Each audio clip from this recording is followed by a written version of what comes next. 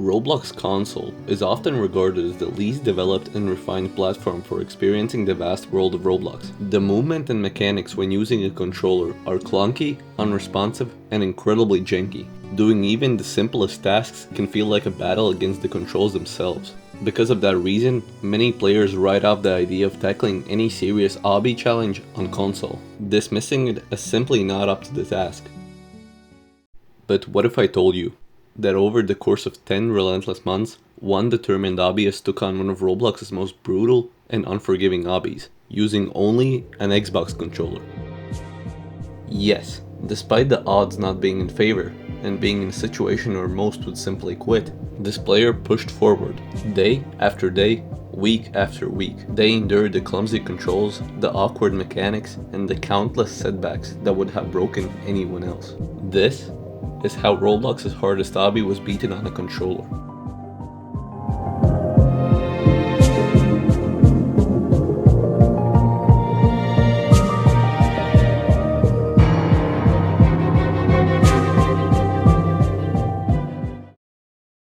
Before we start this video, I'd really appreciate if you could subscribe to my YouTube channel.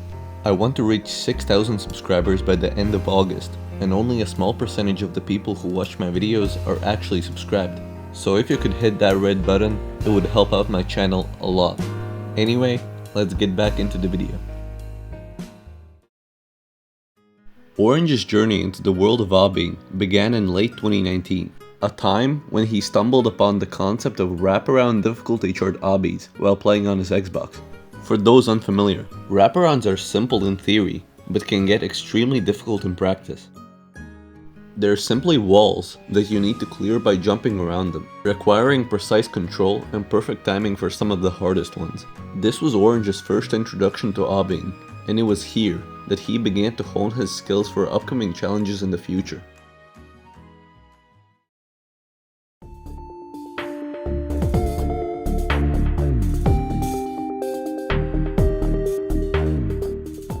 It was around this time that Orange discovered a game that would come to define his early obbying career, Jato, or Juke's Towers of Hell. Jato isn't just any easy obby game, it's a library of obby towers, each one being a test of endurance and pure skill, ranging from easy to downright impossible. The towers stand as monuments to the game's difficulty, daring players to beat them. For Orange, discovering Jato was finding out how hard obbies actually can be.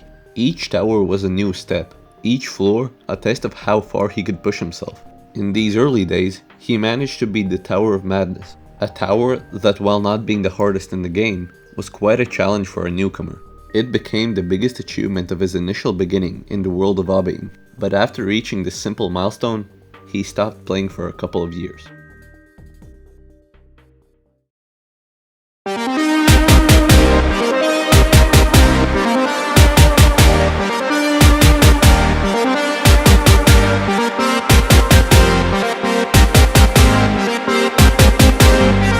In early 2022, Orange made his long-awaited return to Jato, stepping back into a world that had both challenged and captivated him years earlier.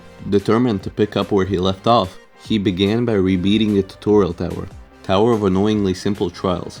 Then, he beat Tower of Anger, and then Tower of Madness, the tower that had marked his hardest achievement before he took his break. It was as if no time had passed at all, Orange seamlessly beating his former completions and reigniting the passion that had made him conquer these towers in the first place. However, Orange wasn't content to simply revisit old completions. He had his sights set on a new milestone.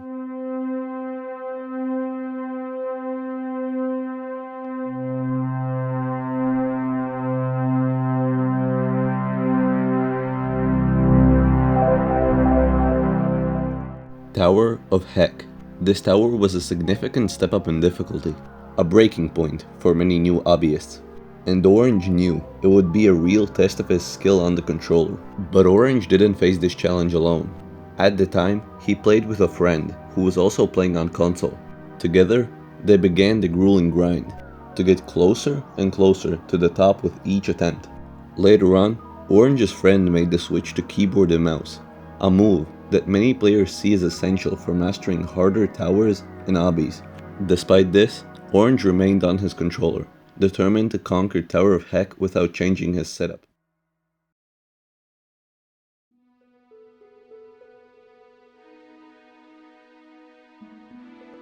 After weeks of relentless effort, Orange finally stood victorious atop the Tower of Heck.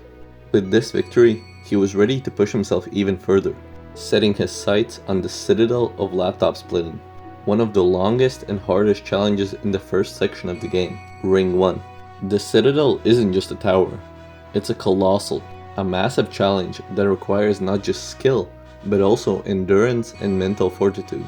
Jumping from Tower of Heck to Citadel of laptop splitting was an ambitious leap in difficulty, and Orange knew he might be attempting something too hard for him. He made a valiant attempt, progressing all the way to the 11th floor, an impressive feat for someone who had just conquered Tower of Heck. But the Citadel proved to be too much, and Orange eventually dropped the obby, recognizing that it was perhaps too large a jump in skill for the time being. However, this setback didn't affect him. Instead, it fueled his determination to keep grinding. In the weeks and months that followed, Orange took on and defeated many hard, challenging, and intense towers, each one pushing him further and sharpening his skills. His persistence and dedication finally paid off when he conquered Tower of True Skill, a tower known for its brutal raw difficulty, marking it as his first remorseless completion. After this, he attempted some soul-crushing towers, but ended up failing. He learned how to do ladder and trust flicks on the controller by watching another top controller obbyist. Tiered obbies are something that Orange really wanted to play, but due to console not being enabled in a majority of tiered obbies, it made it impossible for him to grind them. So during this time, Orange bought a laptop that allowed him to start playing tiered obbies that are a lot shorter than towers. And according to Orange, he doesn't have a lot of endurance in long obbies, so it's better for him to attempt shorter ones. He would still keep on playing on a controller, just connected to a laptop. His first tiered obby completion was Purple Beans, a tier 5 obby. He then jumped to Trust Lake, a tier 8, and then he beat an obby called X, which was his introduction to short jank style obbies.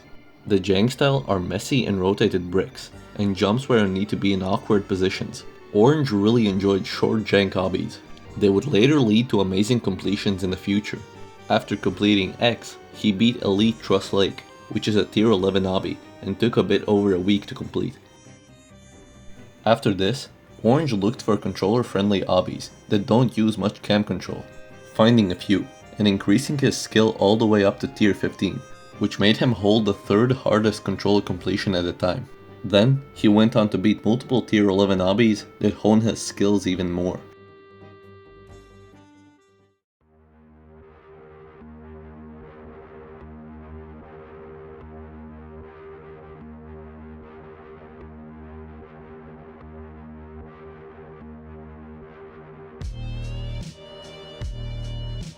In around October of 2023, Orange found an obby called Ascension in the popular obby practice game Practice Please. The obby immediately stuck out to him.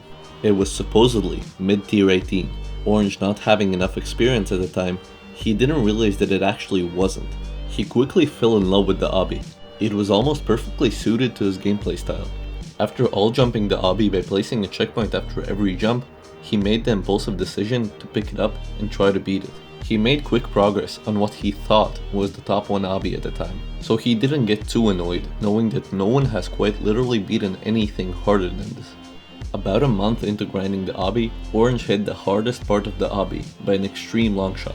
After failing this part multiple times, Orange posted a progress video on YouTube.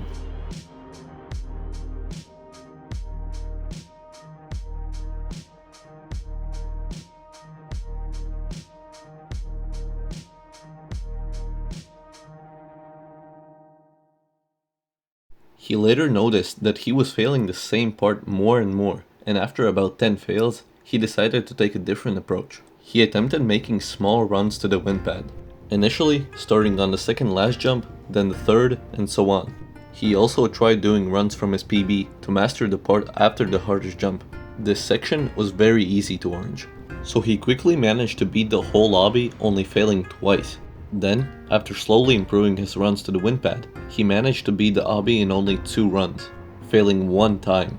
He posted this on his YouTube channel, where he got a shout out from a YouTuber called Bacon Skilled, which caused the video to hit over 200 views, fueling Orange's determination. Although, for the next 5 months, Orange made close to no progress on the obby whatsoever. He racked up an estimated 65 fails on the hardest part of the obby, which was extremely demotivating for him. At some point, even thinking about dropping the obby. But then finally, after a very long time, he finally passed the difficult section and made it to the second part. And if you recall, he had grinded the second part a lot, and was incredibly consistent with it. So this was his chance to beat it.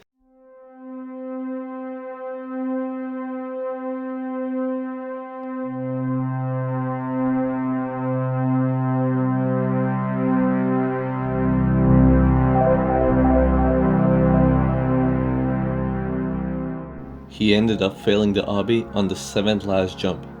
After this run, Orange stopped playing the obby as much, and tried different jank obbies, most notably an obby called Beyond.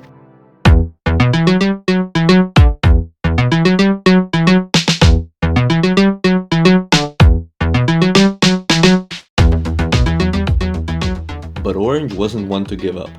He came back and relentlessly tried to beat the obby, passing the hardest part more and more times. He realized that the biggest roadblock left in the obby was not the 5th last jump, but the 6th, which he had failed over 15 times. In one of the 2 only runs he had ever passed it, he tragically and unfortunately failed one of the easiest jumps in the obby, 2nd last. After this fail, he quit again, but Orange always seemed to come back to Ascension, and at last, he returned to Ascension once again. On August 7th, 2024, while watching another controller player's stream at midnight, he decided to start up Ascension and grind for a bit. And after only 6 minutes after booting up the obby, he started his final Ascension run.